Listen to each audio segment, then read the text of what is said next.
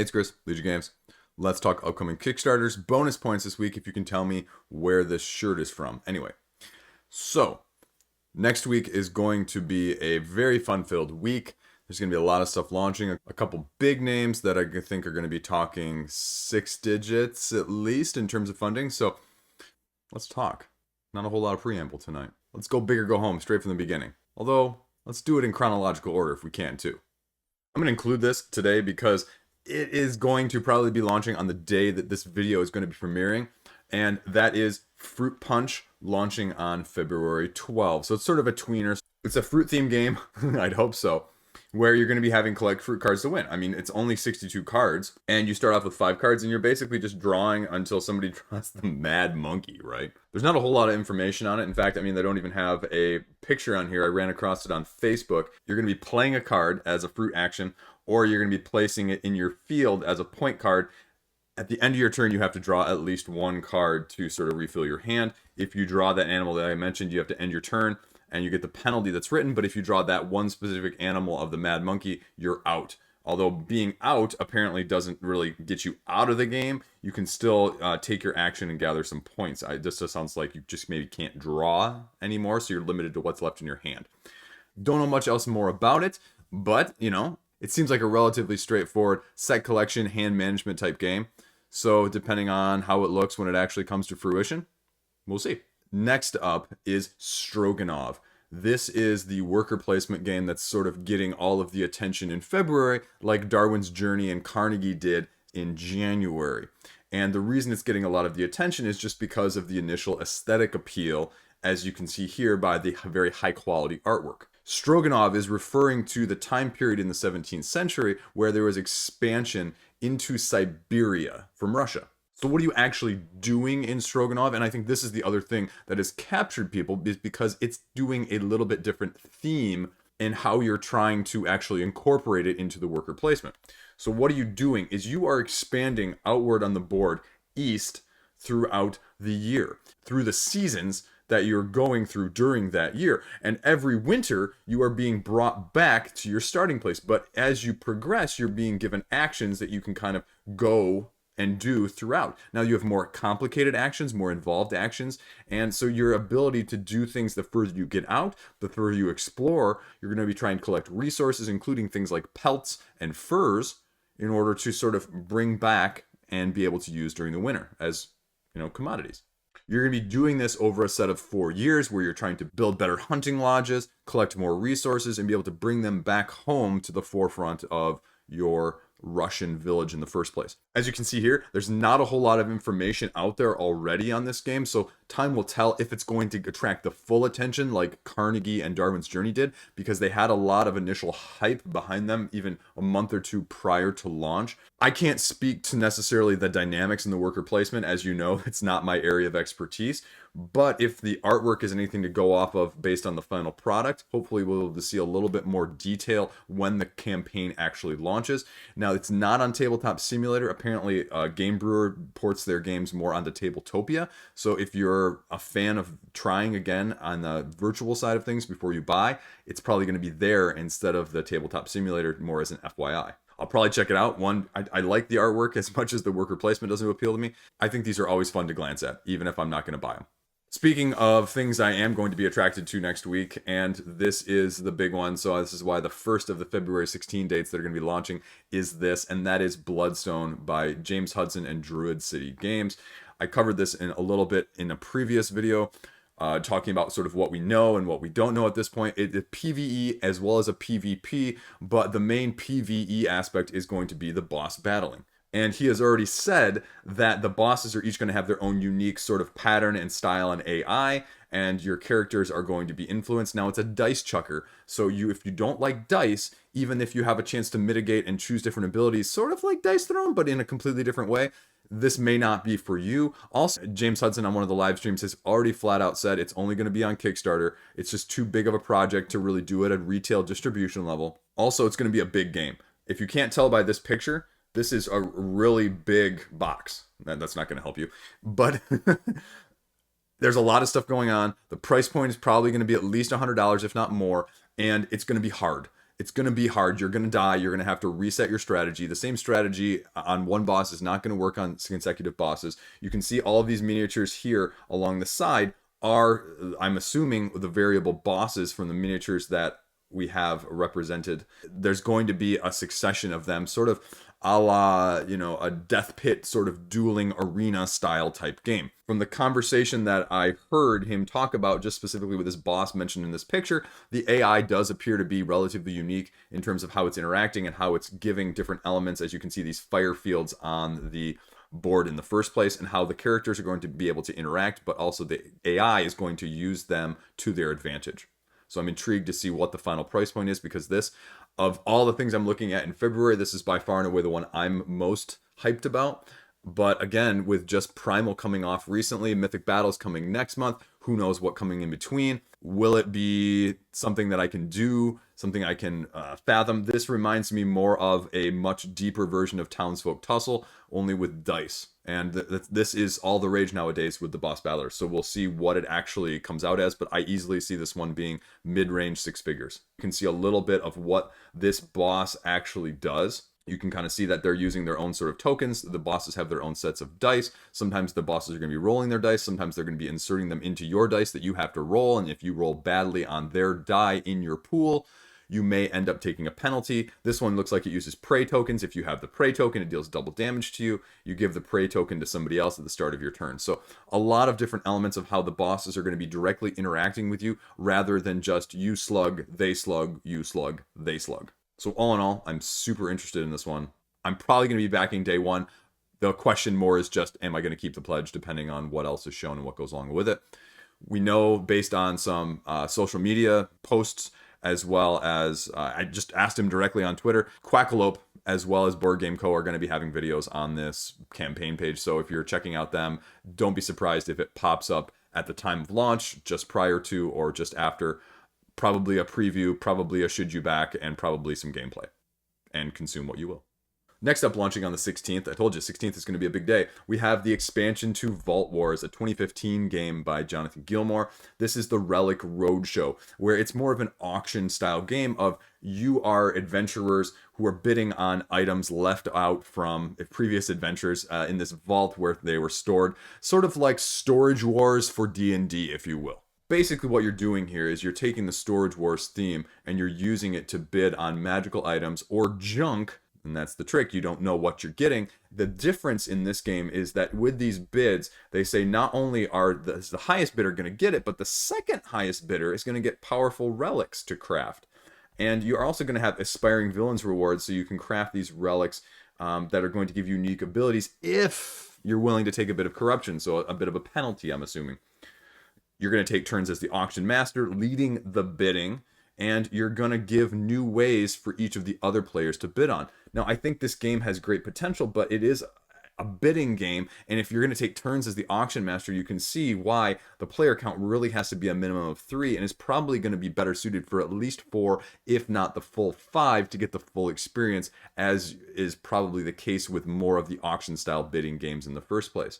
The first one sort of flew under the radar. I actually got a copy of it on Kickstarter. I was lured in by the art. I never really got around to it, and it just never really got played, so I ended up selling it away locally. But, I mean, Gilmour's got a relatively good pedigree, and the fact that he's putting out an expansion to this means that it must be relatively well desired. So, let's take a look here at Vault Wars, the original back from 2015. It's got a 6.9, which isn't terribly great. At the same time, again, I think this is a game where you're going to attract only a certain crowd, and if you're not an auction bidding, social type party-esque game, and you're trying to play this, I don't think it's going to be right for you, and I think some of those ratings may be reflective of that. So I take it always with a grain of salt, because this is going to be a game that is definitely not going to hit with everyone, no matter how consistent it is. So we'll see. I don't think the first one raised a terribly high amount. I think it was in the 5 digits, but I think you're going to see a similar aspect of this, where it's going to be an additional layer of something that people may have also penned as a little bit too simple in the first place. So hopefully, especially with that second player getting a benefit in terms of the bidding, it may add something unique there. So it's probably worth at least checking out if you had any interest in it in the first place, or you like auctioning or bidding games. Now, the next one coming up on February 16th also, and I'm going to mess this name up, so excuse me, Lawklivya Vengeance. I've seen the advertisements all over Facebook, so they've definitely been marketing it. Based on the description, it is more of an Eastern European theme with caste systems. And what you're going to be doing is using a little bit of worker placement. And what it sounds like based on the description is more of a tower defense game where you are trying to band together to overcome the waves of attackers.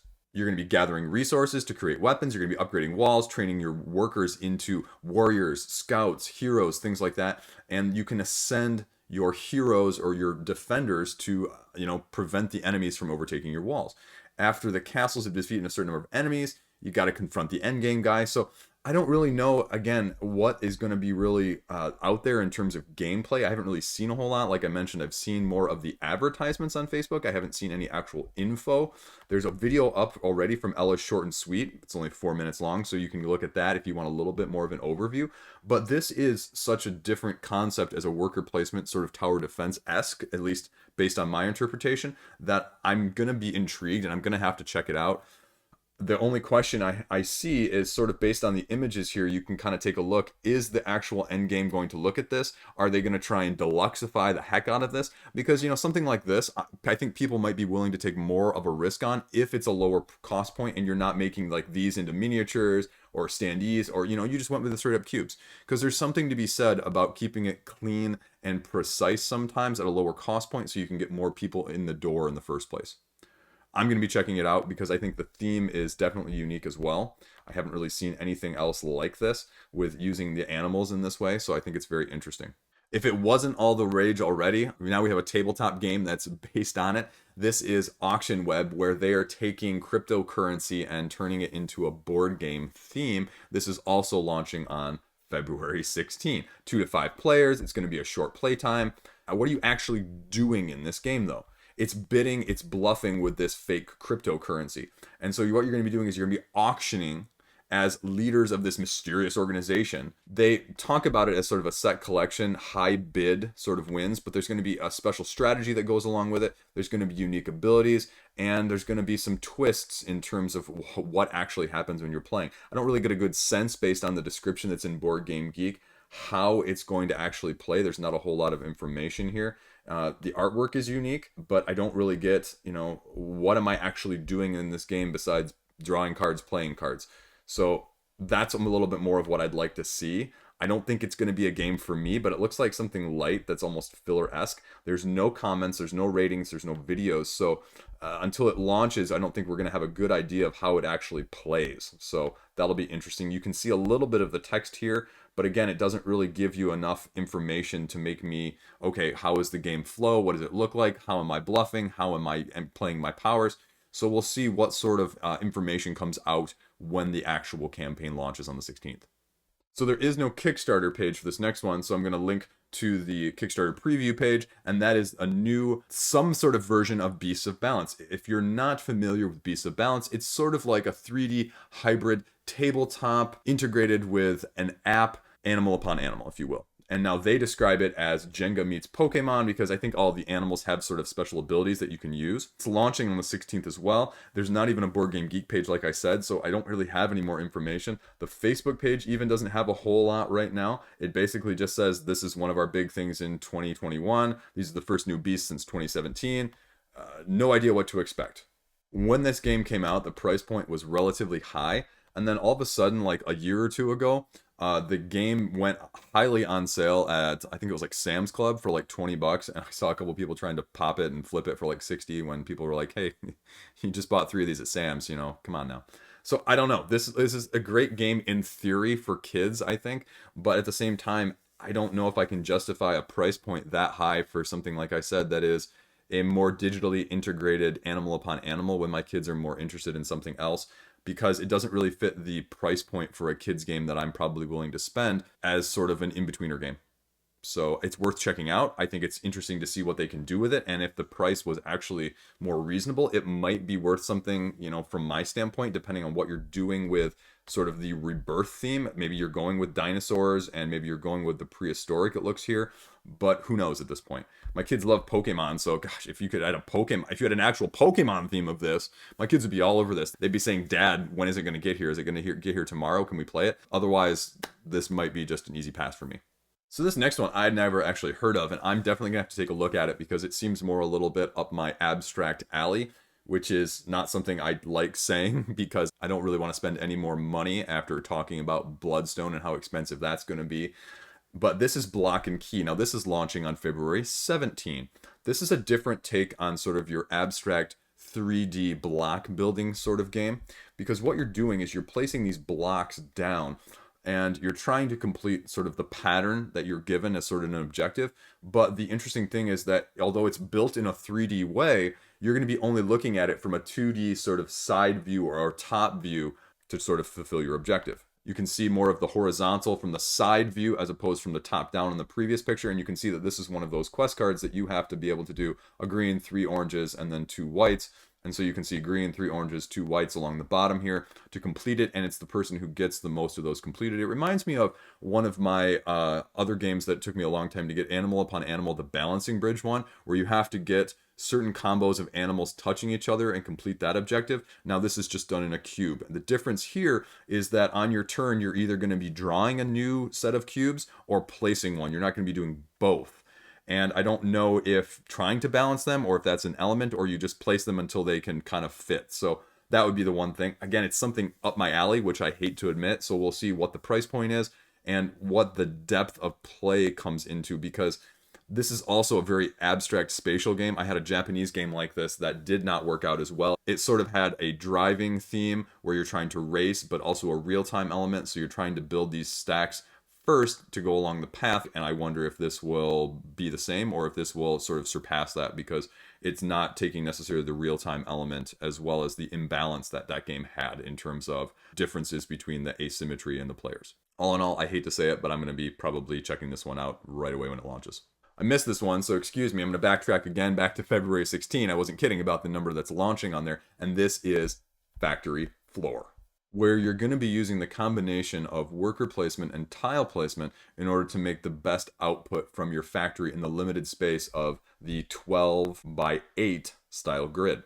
You can also apparently place columns in here that are going to change the variability or the difficulty by changing the amount of space that you have. And what you're trying to do is essentially just maximize the amount of output you have. They don't really talk about necessarily what all of this stuff is, but it's a different take on things. I haven't really seen worker placement and tile placement in this manner. I know there's a few other games that are heavier worker placement that use some tile placement as well, but this seems much heavier on the tile placement. So I don't know if it's going to be something that is as attractive to the worker placement people, but it's something new that's out there. So we'll see how people actually respond to it. Are people going to be curious? Are people going to be really interested? Or are they going to be kind of turned off because it doesn't really fit with the tile laying people that are really strong on that? It doesn't really fit with the worker style placement games as well.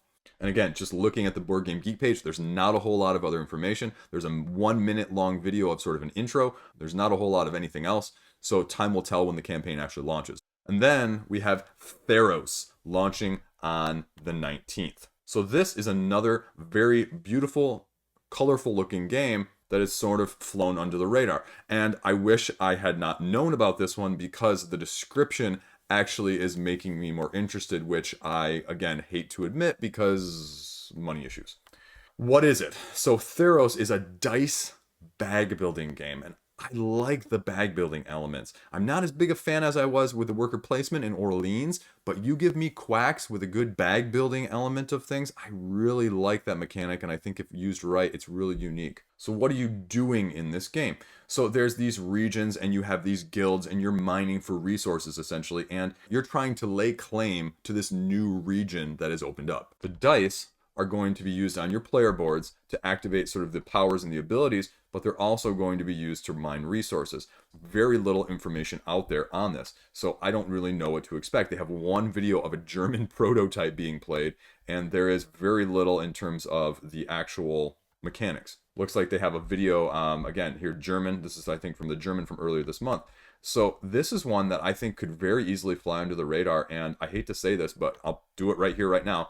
I'm going to add it to my thinking about wish list, so I remember to keep an eye on it just in case I don't when it launches. This is something I could see flying completely on the radar, but also something that may deserve the attention if the price point is right, if the mechanisms are solid, and they've got enough examples of what it actually does, what makes it unique, and the gameplay on the actual campaign page in the first place. If you don't have all of those elements, especially as an unknown, you're not going to do very well. But if you've got all those elements and you can prove it on day one, people are going to be interested. People are looking to back new things. You just have to put it out there in a good enough package for them nowadays. Because let's be honest, we judge a lot of books by their covers on Kickstarter. And I guess this is also, this is the other thing I forgot to mention. This is a Spielworks game. Spielworks is also a big producer of a lot of these other games that you may have known.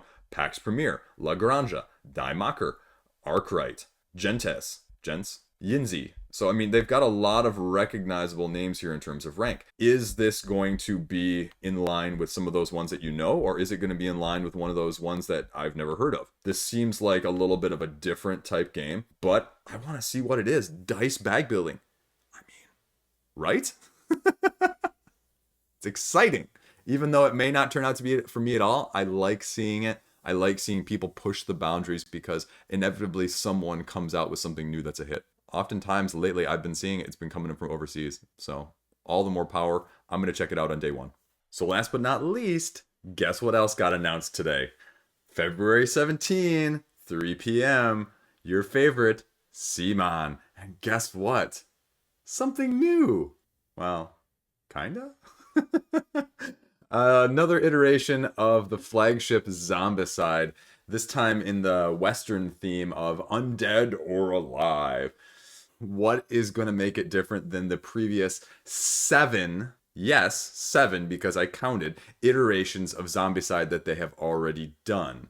And that's 7 out of 46, so this will be 8 out of 47. Nearly 1 out of every 6 games that they put out then on Kickstarter or campaigns has been a Zombicide. That's pretty high. So I don't really have much else to say. I mean, what new mechanics are they going to bring? How is it going to differ? We can start to play some prop bets if you want, sort of a la like the Super Bowl, like the over-under on expansions, including gameplay and non-gameplay, is at 5. Or the over-under at total raised is $3 million. And just have a little fun with it. Now, again, they're focusing on here, again, different classes, streamlined rules, new survivors, and zombies. So the first 2, I'm a big fan of. The second 2, you've got, 37 different characters and 37 different types of zombies. So the one thing I'll say is that apparently I think that a couple of the previous iterations like Green Horde have really held up well on the resaleability side of things because the supply, again, like from a CMON exclusive standpoint, is relatively limited. So that's probably the reason you see a lot of people backing too, because you always see with the CMONs that people are flipping them, for better or for worse. Am I going to check it out? Yeah, I'm a CMON junkie. At the same time, I was really hoping the Marvel United X-Men was going to be up next, or even He-Man. So I'm probably disappointed in general that it's not one of those two things. But I'm also thankful because now I can very easily pass this unless they have done something drastically different in overhauling the whole Zombicide system in general and what it actually entails. Because the basic Zombicide and the iterations of it have never attracted me, and it's been an easy pass in the past. So also on February 16, because if there weren't enough already, this is Silicon Saga, the Wreck of Andromeda. Now, why is it called that? It's because you are adventurers in space, maybe more of reclamation experts, we'll say, and you find the wreck of the Andromeda, a spaceship, and you're going on there to find silicon, which is the valuable resource that you need. And what you're doing is you're going on there and you are trying to discover it amongst all of the other various things that could happen. You are thinking initially, a la maybe Alien, that this spaceship is abandoned. However, it's not quite abandoned, and you're going to run into stuff. You're going to run into survivors, you're going to run into events, you're going to run into circumstances that you just don't know about. So how are you going to prepare? Well, here's the thing. What you're going to be doing is you're going to be drawing and placing these tiles. Here's a nice bigger artwork picture for you. You're going to be placing these tiles that you can see down here, and you're going to be sort of exploring. As you can see, they look like they're almost sectioned in the tiles, and they each have question marks in them. And what you're going to be doing is you're going to be exploring or playing cards to allow you to do certain things. The catch is with this is when you play these cards, they're going to add tokens, and I'm assuming that's what some of these at the bottom of this card are, that allow you to put tokens into your bag. Because it's also functioning as a bag builder. Because when you have these events later on that you're going to try to mitigate or influence, you can pull from your bag in order to do so.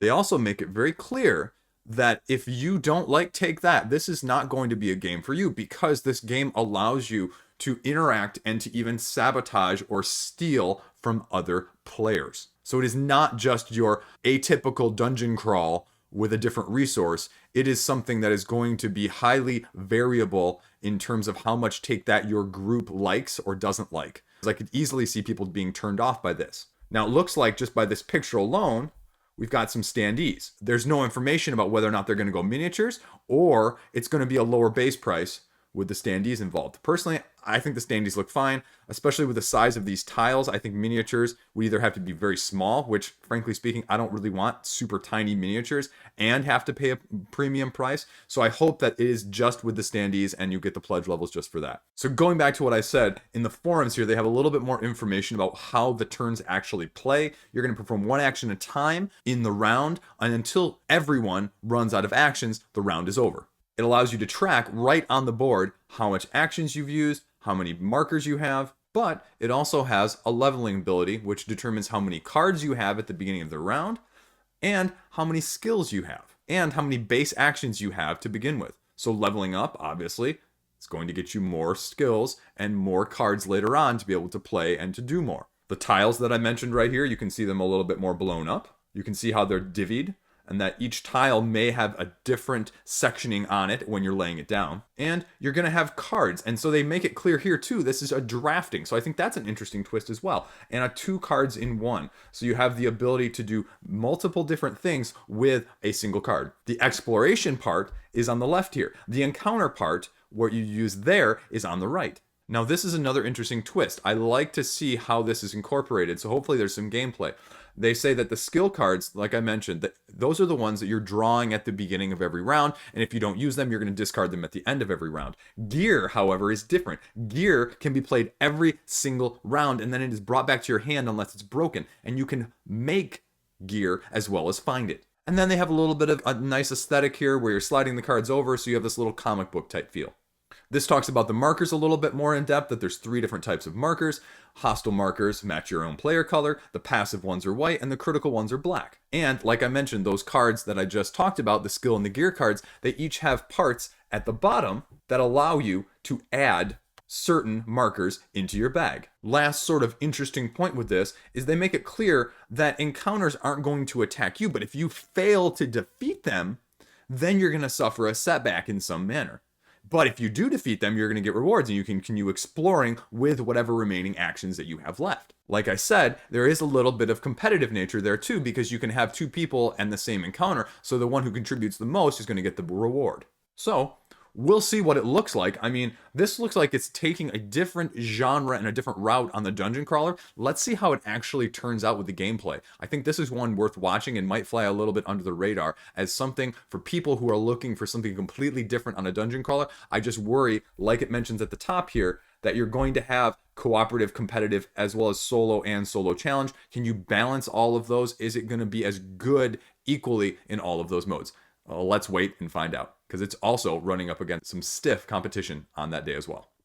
So that's it. That is it right now, at least, until something else gets announced in the next 3 days for next week for the upcoming Kickstarters of the week of sort of February 15 through 17. You have some heavy hitters. This is going to be a big next week sort of to make up for the lull that is sort of this week right now. So how is that going to change things? How is that going to shake things up? Which of these are going to be surprise hits? What else is going to come between now and the end of February? Again, I probably have 6 to 10 games still that are listed in February, technically speaking, that have not announced dates yet as well. So are those going to come up? We have a bunch of other ones, again, from a Q1 standpoint that still aren't showing up anywhere. So are those going to pop in? Where are those going to fall in line? A lot of stuff going on there. As always, thank you very much for subscribing. If you're interested, shoot me $1 on Patreon. I'm going to put out something else new talking about this, but I ran across somebody else's Patreon online. I don't even remember whose it was, but it was a great description of what I view Patreon as a side note, that Patreon is basically the cost of any donation that you feel like a subscription to my channel is worth. So it's free, but if you wanted to consider it as, you know, the price for subscribing, that would just be a super bonus thing on top of that. And thank you again for the 11 guys that are out there that are already showing me some support. It's been freaking fantastic these last like 4 or 5 months. I can't believe how much this has blown up. And hopefully we'll see a bit more in the future. Thanks for watching. Stay classy out there. Have a fantastic weekend.